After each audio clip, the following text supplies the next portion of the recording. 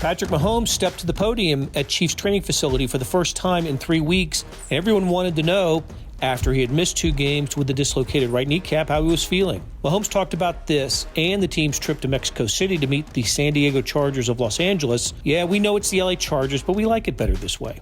Oh, and he talked about being compared to Steph Curry. Later, our college football crew checks in. You'll hear about Mizzou from Souichi Tereda, Kansas State from Kellis Robinett, and KU from Jesse Newell as the teams they cover prepare for games on Saturday. All of this on SportsBeat KC, the Kansas City Star's daily sports podcast presented by Big O Tires. It's Friday. Yay. November 15th. Here's Patrick Mahomes.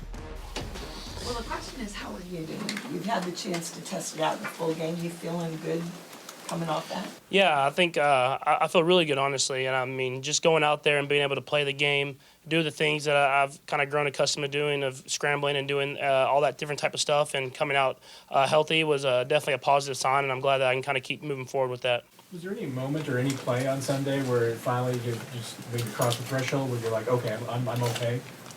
I don't think so. I mean, I think the moment I got on that field and you kind of get your mind off of it and you're just able to focus on what you need to focus on in order to have success as a team, I think that was kind of the moment for me. I mean, I think pregame and throughout the week you're trying to push it and trying to see what you can do and what you can't do. And I think when I got on that field, I realized that I was good to go and that everything that I had done with the trainers and doctors had prepared me for the game. So when was the last time you felt this good physically?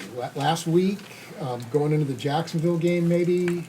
Yeah, I'd probably say going into the Jacksonville game, just being able to not have to worry about the ankle or not have to worry about the knee, and just being able to go out there and play football the way that I've played it my whole career so far. You mentioned that once the game started, was it really out of your mind once the game started? I mean, even when you got a scramble opportunity, you never thought twice about it? No, I think you can't really think about those things. I mean, whenever you're playing this sport, you have to be focused on what you need to be focused on in order to have success. I mean, the little things that if you're not thinking about them and if you're not focused on them, that those will come back to hurt you in the end. And so for me, I just had a complete focus on the football play and whatever I need to do in order to have success. Patrick, I know Alex Smith means a lot to you, and we're looking right now at the anniversary of that terrible injury. I just wonder if you could reflect on what you thought about when you saw the injury and what kind of contact maybe you had with Alex since then. Yeah, I mean, I talked to Alex off and on, and I mean, he's obviously an amazing guy and someone that helped me out a ton while I was here. And so,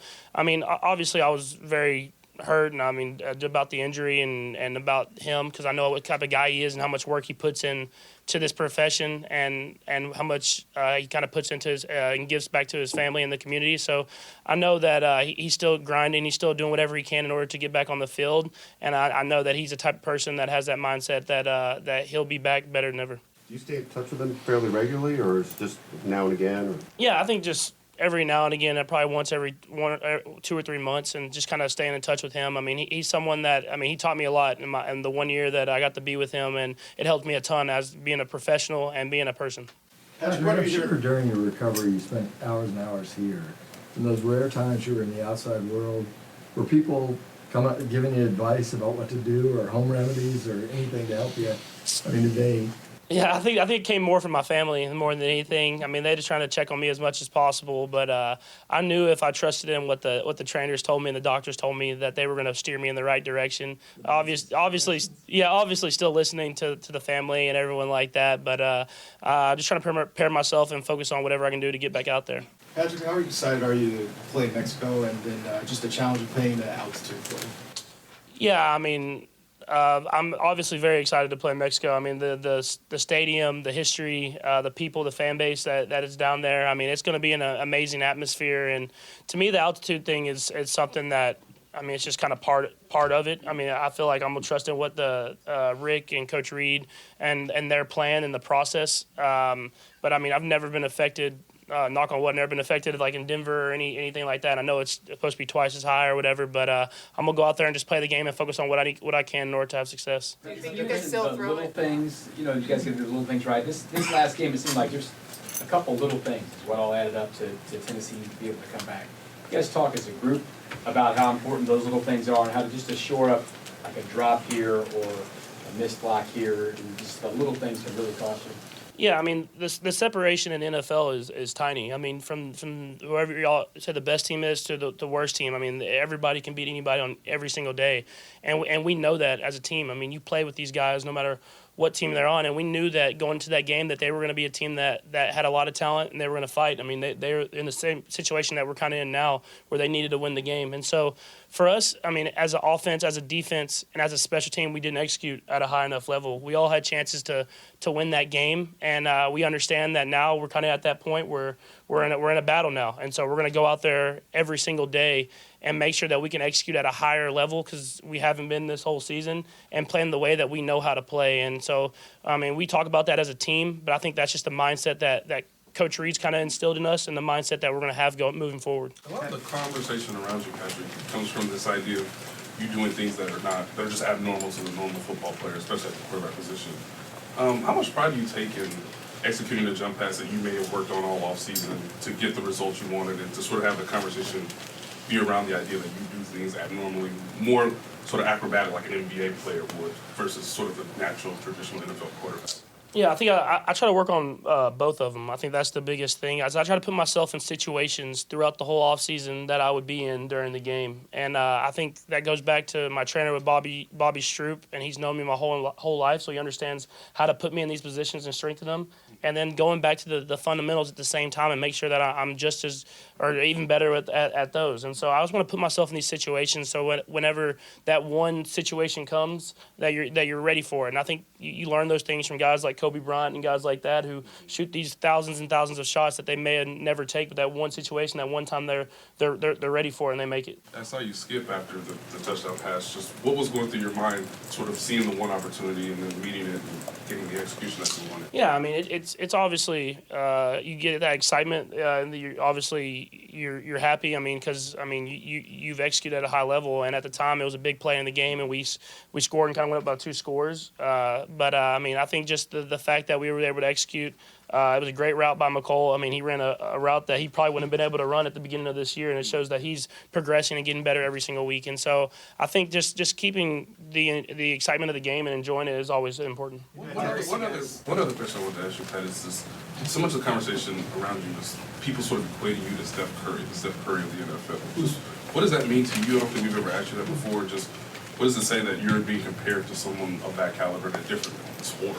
Yeah, I mean, it's obviously really cool. It's amazing to be compared to guys like that. And, I mean, he is someone who's been at the top of the game for a very long time. And so, but for me, I have so much longer to go as far as getting to anywhere near that level. I mean, those guys have been consistent, and they've been great every single year for their entire career. And so for me, I'm just getting started, and I understand that. So, I mean, I obviously love to hear it and love to see it, but I know that I have so much more to prove to even get anywhere near that. Tyreek has been for instance. I know it's fun to see the guys like Tyreek and Travis make plays. Those guys are consistently making plays. But is there something extra about seeing McCole as a young player who hasn't necessarily been in those positions make plays and see him develop? So you're celebrating afterwards and talking afterwards. Is it just a little bit more fun because you're seeing him do it for the first time? I mean, I think it's always fun no matter who it is. I mean, that's the great thing about this team is as a unit, we don't care who is the guy that's making the big play. We just want to go out there and have success together. And that's why you see the enjoyment from each person. You see guys like Tyreek chasing Damian down when he's scoring a touchdown to celebrate with him. And, I mean, everything. I mean, that's part of it. And you have to enjoy this game every single week because, I mean, it is a grind. But, I mean, it's a lot of fun when you get to do it together as a team. Tyreek has been a great difference in your football preparation because the Mexico City game, the altitude, for example, that everybody says that the ball can fly a little longer in Mexico, or some little details like that? I don't think so. I mean, I'm just going to prepare like if we were playing at Arrowhead. And I mean, I'm just going to prepare myself for the game, knowing that we're going to get to go into an amazing stadium and get to play in front of a great fan base. And I know that the team will have us ready to go whenever we get there. Is there anything specific? They're not getting to come. So, no, they're definitely going to be watching, and they're excited for me to get to go play. Anything specific that Rick and the training staff though have told you about preparing to play down there? Yeah, I mean, obviously you're going to try to stay hydrated. You're going to try to make sure you get the right amount of rest. But I think that's stuff that you have to do as seasons go on every single year. I mean, as the season goes on and you get to the end of the season, I mean, you have to make sure that your body is in the best condition because it's a long season, and we're excited to get to go to a place like that and get to play. Do you think you can still go 100 yards in Mexico? Yeah, I don't know. I don't know if I'll have to test it. Maybe if we're on the 1 yard line, but I'll probably just kind of stick to just throwing it not too far, like I did to Tyreek this last week. We got time for a couple more guys. Pete and then Sam here. Tyreek has been graded really high since his return. You watch a lot of ball even on your off days. Would you regard him as the game's best receiver right now?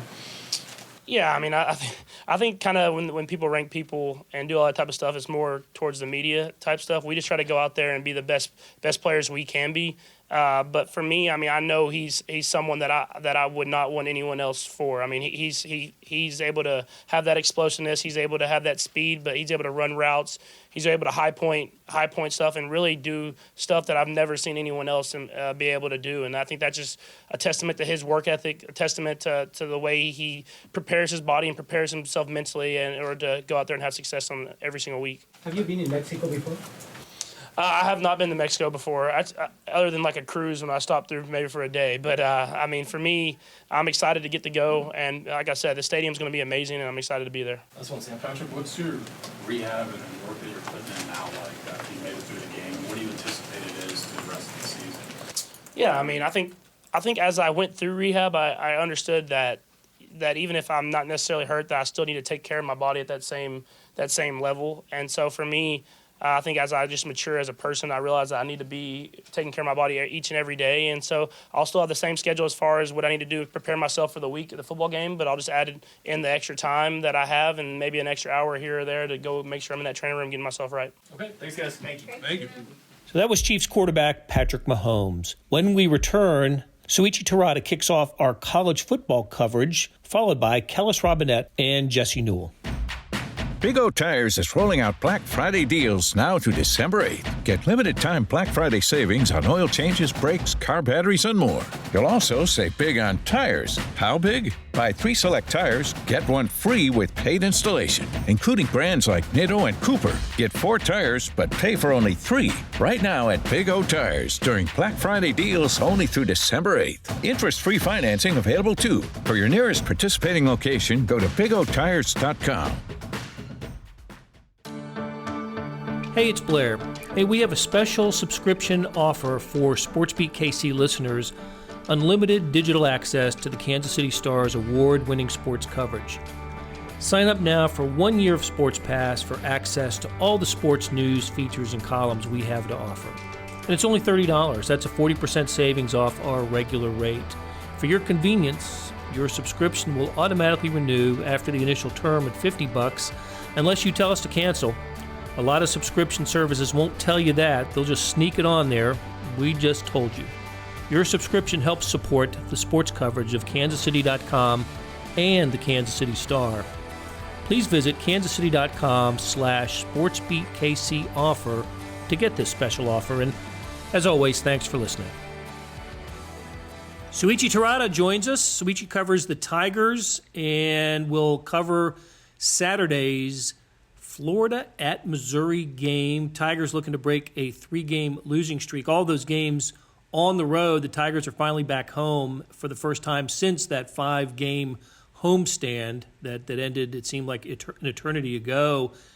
Look, Missouri is, the season's kind of taken a terrible turn for Mizzou, but they did get some good news this week, didn't they, Souichi, with the health report of quarterback Kelly Bryant. What are the Tigers? What are you hearing about Kelly Bryant, and how do you think it's going to shake out at quarterback for Mizzou this weekend? Yeah, at this point, I think if Kelly Bryant doesn't go, then something went terribly wrong. I mean, he took all of the snaps at practice on Tuesday. Barry said earlier today during an SEC conference call that he's ready to go, getting closer to 100%. Like, if Bryant doesn't go, then I think Tigers fans should be worried because I think there would be an unexpected setback. But as of now, he should be good to go.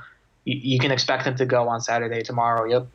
Yeah, seemed like there were some mixed messages last week when it came to Kelly Bryant. I just thought one day he seemed good to go, and then the next day not so much, and we waited till game time to see who was going to be on the field at Georgia, and it turned out to be Taylor Powell. And who didn't, along with the rest of the offense, didn't have a good game. But I think the quote from Barry Odom was 100% or close to 100% with the hamstring injury for Kelly Bryant. Yes, and he said that earlier Wednesday. So okay, in that sense, Brian should be good to go. And like you mentioned, there was a little bit of a weird mix-up last week. On Tuesday, it sounded like Brian wasn't ready to go. Then on last Wednesday, Odom was like, yeah, he's on track to play. And then by Thursday, last week's Thursday, during the Tigers radio show, Odom said it'll be a game-time decision. And as we found out as media after the game actually on Georgia, Taylor Powell's actually told he was going to start on Wednesday. And so it was a lot of – the timeline was kind of messy in terms of where Brian stood. It did seem like he was a traditional game-time decision. He went through warm-ups. He even padded up, went through his full warm-up. But it was a little bit kind of mixed messages there. So that was a little bit confusing for everyone involved. Right, so the Tigers get shut out at Georgia. The offense doesn't play well at all, except at the end when Powell went to the bench and Connor Bazelak, I hope I'm pronouncing that right, yes. Came in. It was only the second time he's played this season, but he put together a good drive. It didn't end in a touchdown, but at the end of the game, that was maybe the most encouraging play offensively for Mizzou in that game.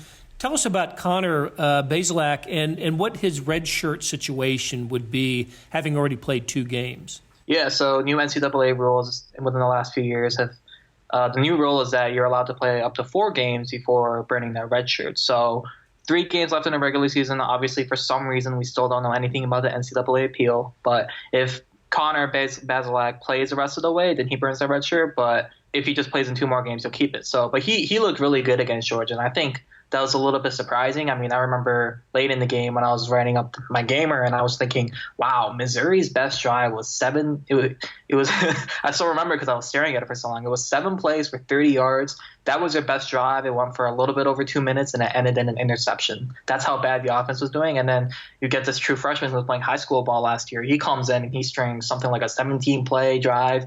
They get right up to like the Georgia 4-yard line, right? They weren't able to score a touchdown. They probably should have. I believe Bazelak hit Jonathan Nance in the hands, and 4th down, the wide receiver couldn't quite come down with the ball. But, yeah, I mean, it was really encouraging. I think it was a little surprising seeing a true freshman do that. And Barry made a good point. Like, this kid, he's 18, 19 years old. Like, he was sitting all game in the cold. It wasn't very warm in Georgia. And he comes in and strings together a couple or at least one good drive. So that was definitely surprising. Barry Odom mentioned on Tuesday that should Brian, if he has a setback and they have to roll with the backups tomorrow, then that means that Bazelak and Taylor Powell will probably get snaps. So apparently the true freshman impressed enough to probably earn some meaningful snaps the rest of the way this season, obviously with the if of Kelly Bryant. Right. All right. So something to keep an eye on in Saturday's football game. Missouri Tigers men's basketball doesn't play again until Monday, but had a really nice effort, I thought, on Tuesday night this week against Xavier at Xavier. They were down 15 at one point in the first half. They cut that to 7 at halftime and actually took the lead in the second half before falling in overtime.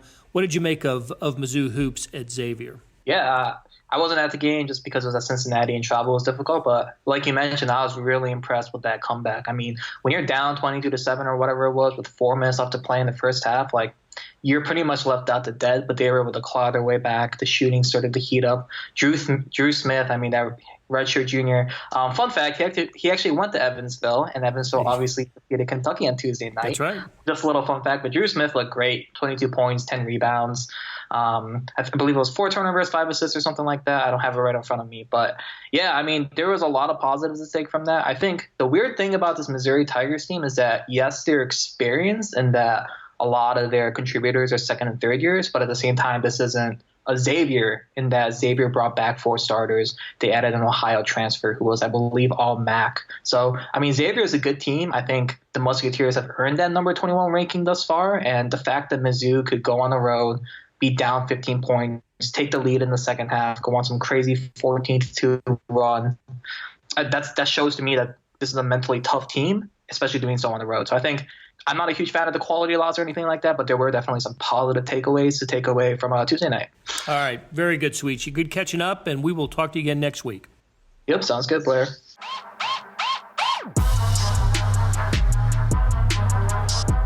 Kellis Robinett joins us. Kellis, the Wildcats take on West Virginia on Saturday at Bill Snyder Family Stadium, and a lot going on. with Kansas State on the football field and the basketball court these days, but the loudest noise this week, at least from a fan standpoint, came from the cubicles inside the football locker room. A new look, throwback uniforms, which are really interesting. The last time Kansas State wore the uniforms that they're going to wear on Saturday was in 1988, and Kansas State fans and college football historians will recall not a great year for K-State football. So what's been the reaction to this new look? And first of all, let's describe the new look, and then tell me what the reaction from the fans has been and the volume of reaction from the fans. All right. Well, yeah, let's go ahead and start with the description of the logo.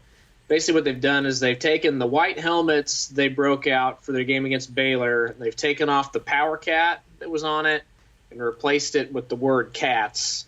Script. Script Cats. They're not the Power Cats or the Wildcats this weekend. They're the Script Cats. It's spelled out on the helmet, so it's a white helmet. The word Cats written in script on the side. It's a throwback to what the football team wore in 1988, as you mentioned, under Stan Parrish, an unbelievable, unforgettable year where they went 0-11 and ushered in Bill Snyder the next season. So in a roundabout way, without Stan Parrish, there might not be Bill Snyder. So maybe there is a really good reason to throw back and celebrate that age. But basically, there's been an interesting debate that's come from it. Some people, I would say mostly younger fans who weren't around in 1988 to watch Kansas State lose all those games, think it's pretty fun. They've been waiting for an alternate look, alternate helmets, and they're finally getting it with the cats on the side of the helmet. But then there's some older people who witnessed what happened in 1988 and don't want to go back and relive those days, and certainly don't want to honor them with a throwback logo to one of their very worst years. So there's been an interesting back and forth there. The people who don't like it have been pretty vocal about it. I've been a little bit surprised because it's not like it's taking over the Power Cat and they're not changing this logo. It's just a one-time alternate deal. But then on the other end of the spectrum, the people who do like it really do seem to like it because Kansas State can't seem to keep this new merchandise on the shelf. Gene Taylor told me that the day they went on sale on Monday, they allowed fans to start purchasing items at 3 p.m. that day. And by midnight, they'd racked up $50,000 in sales. So I don't know if I've ever seen anything, hit every end of the spectrum opinion-wise. You got some people who really don't like it, some people who are over the moon about it, and then some people just don't care and are saying, why are we even talking about uniforms? How about that? Well, hey, and so besides the helmet, how about the jersey look? What's going to be different about that?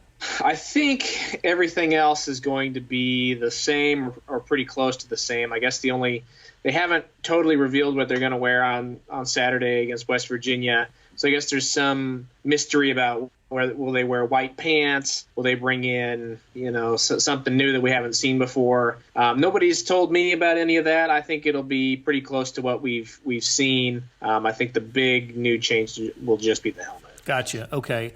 It got me wondering, with all the fan reaction to this story from what you wrote earlier this week, what it must be like at Oregon and Oklahoma State and other schools that tend to change their styles and not colors, but the color schemes on a pretty regular basis.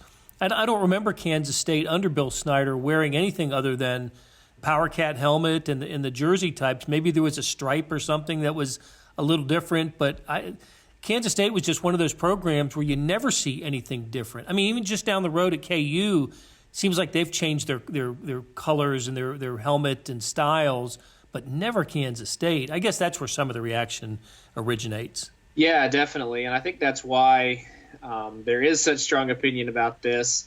It's just funny overall. I think uniforms and helmets and stuff like that really turn people who otherwise don't care about fashion and they'll just walk around in sweats. When you bring up football uniforms, all of a sudden they're real big fashionistas and have opinion about every little thing. It's funny how that works out. But I think it is. I had that same thought. Is it like this every week at Oregon? Is it like this every week at Oklahoma State where they bring out a new helmet or a new pants, new socks, and people are just up in arms about it? I don't know. I would think that as time goes by and those schools get used to it and they see it every week, it's not quite as big of a deal.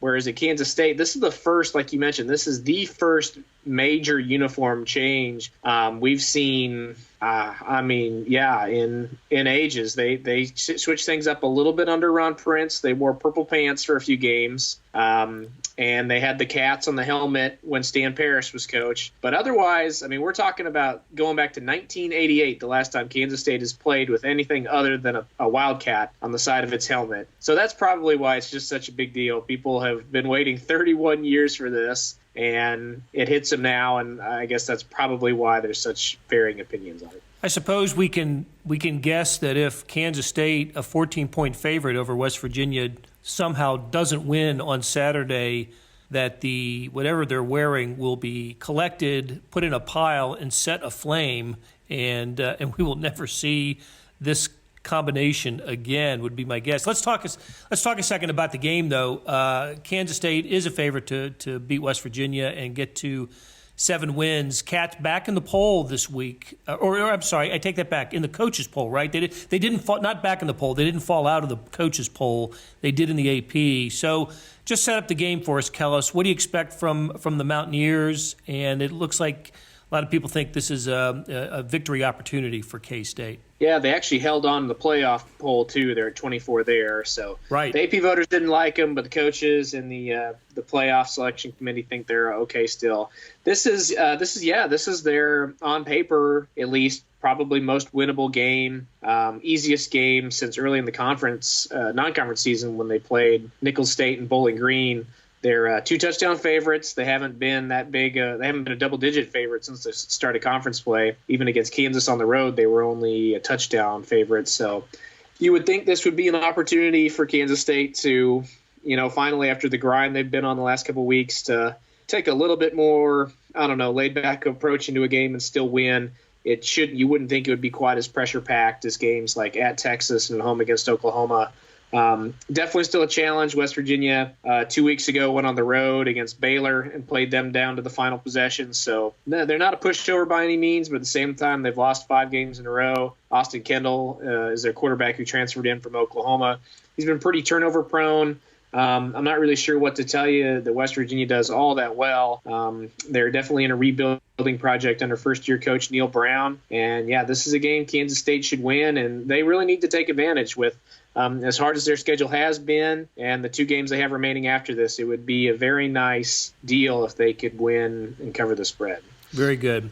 All right, Kellis, thanks for spending some time with us, and we will talk to you again next week. Thanks, Blair.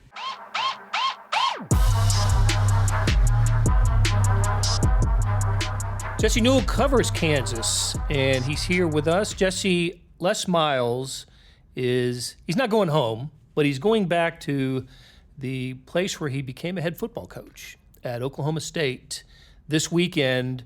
And it's a storyline. Did Les say anything interesting about that? A little bit. He was asked about it on his Big 12 teleconference. Obviously, a lot of Oklahoma reporters out there searching for some angles, and I don't blame them at all. But it is sort of a fascinating storyline. Les talked about how his family sort of grew up there. If you think about almost 2 decades ago and how old his kids are, that would be kind of a formative time in their lives if they were between the ages of whatever it would have been, 1 and 7 or 1 and 10, whatever the case may be. So he's definitely seemed to enjoy his time there. He said he liked the city, liked the people.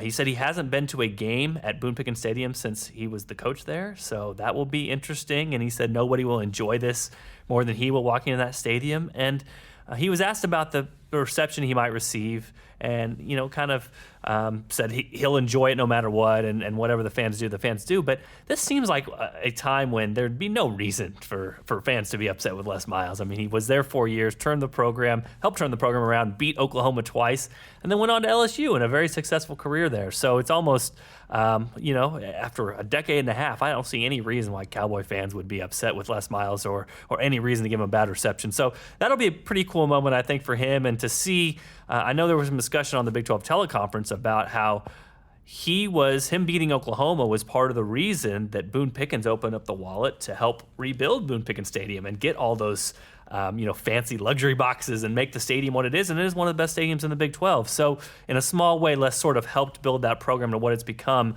under Mike Gundy. And so for him to return to that and see people he's seen before and being a familiar town, I think all that's going to be pretty cool for him. I remember that game. That was at Oklahoma, and the Sooners were in a position to play for the national championship, having won the national championship the previous year, and it was by I think odds makers maybe the biggest upset in college football that year, but it's probably one of the top 10 upsets of that decade. It was an incredible victory for Oklahoma State, and I think interesting in this respect as well, when Les Miles was at Big 12 Media Days this year, I think it was there he said it, maybe he said it earlier, that he thought this Kansas team had more talent than that Oklahoma State team, his first one at Stillwater. And look, Kansas has had some great moments this year, obviously.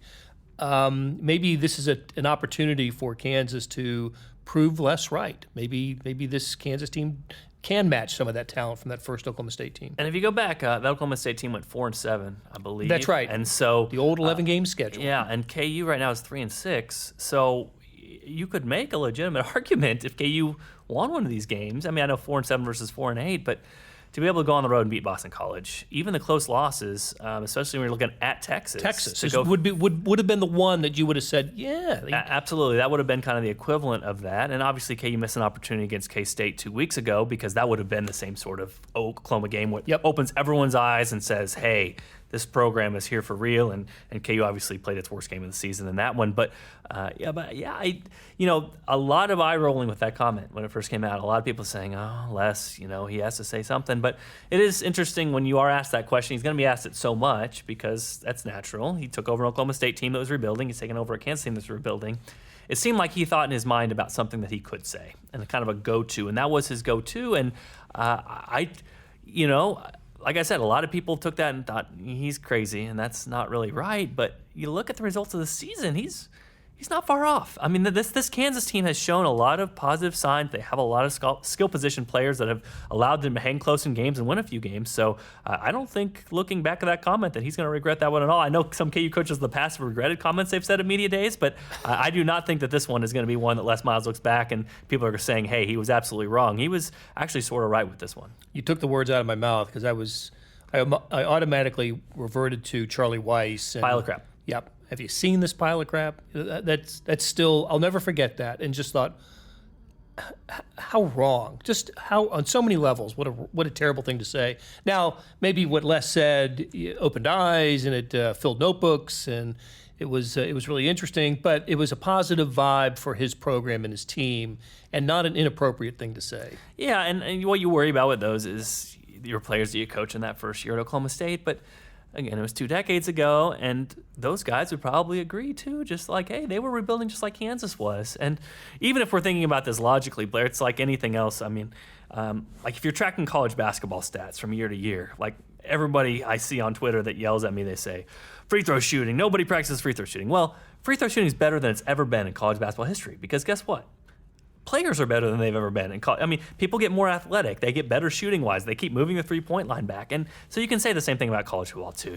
This level of game is better than it was 2 decades ago because the athletes are better, the players are better, and that's just sort of a blanket statement. But if you're Les Miles trying to make a point, I mean, that's something else you could say to those old players. You know what? That's kind of just a basic thing, is that players of today are better than players of the past, and that's kind of how we move in human progression. People are breaking barriers in the marathon nowadays that they weren't breaking before. So that's sort of what happens when it comes to athletics. And it seems like for this Kansas team, like I said, this is not out of the ballpark. His comment there was not completely off base. It looks like this Kansas team definitely did have some talent and definitely could hang around with some Big 12 opponents. You're right. There was a sub 2-hour marathon run recently. That's what I'm saying. It wasn't official, but I was aghast at that idea. A sub 2-hour marathon. Yeah. Well, and just like, however many years ago, Jim Ryan, another Kansas guy, you gasp at a 4-minute mile, and then it happens, and then everybody just keeps pushing and pushing and pushing. So, for Kansas, they're not as good as a lot of their other Big 12 teams in 2019, but maybe they'd have been a great team in 2001. Who knows? But they're not out of a bowl. They're still not bowl ineligible yet, and that's out there for them. It is. It's unrealistic. I mean, let's be honest. Like a lot of things, if you're looking at pie in the sky, Kansas, they're 3-6. They need 3 wins to get to bowl eligibility, and their last 3 games are at Oklahoma State, number 25 team in the nation, 17-point underdog. At Iowa State, probably even more of an underdog in that game, just because Iowa State has kind of had some unlucky breaks go against them. Home against Baylor, probably won't be undefeated by then since they've got Oklahoma and Texas in between, but a team that has played very well. And honestly, probably the most winnable game of those three is probably Baylor at home. But for Kansas, listen, if you're a team and a program like KU and you aspire to get these seniors out on the right path, that's what you talk about. You talk about bowl eligibility. And for Kansas, I think I saw that they have the second longest drought in Power 5 football when it comes to lack of a bowl streak. The last one that they had was back in 2008 in the Insight Bowl. I remember covering that down in Tempe on New Year's Eve. But beat the fighting Glenn Masons, didn't it was not the Glenn Masons. It was, I'm going to blank on his name. He moved on from then, huh? Yeah, it was Minnesota. But what was that guy's name? Tim Graham? I'll look it up. I'm going to look it up while you're asking me a question. It's something like that, though. It's Tim something. But anyway, if you have this long bowl streak, that's something to aspire to. And I know, like, the miles to go cameras in the locker room at Texas caught Dalen Charlotte going, trying to motivate his teammates, saying, I want to go to a bowl game. I'm a senior. And so for Kansas, that's kind of what you cling to. And to be honest with you, in mid-November, most years, it's not something that they had a possibility for. So for Kansas to be able to at least point to that and say that they still have a chance at this point in the season, like I said, it's not huge, gigantic leaps for this Kansas football program, but it's something. This team still has a possibility at a bowl game, and maybe that provides a little bit of extra motivation when it comes to this Oklahoma State game this weekend. All right, Jesse, good stuff. Thanks for dropping by. Next podcast, I'm going to start with who the Minnesota coach is. So you be ready for that. 2008. Okay.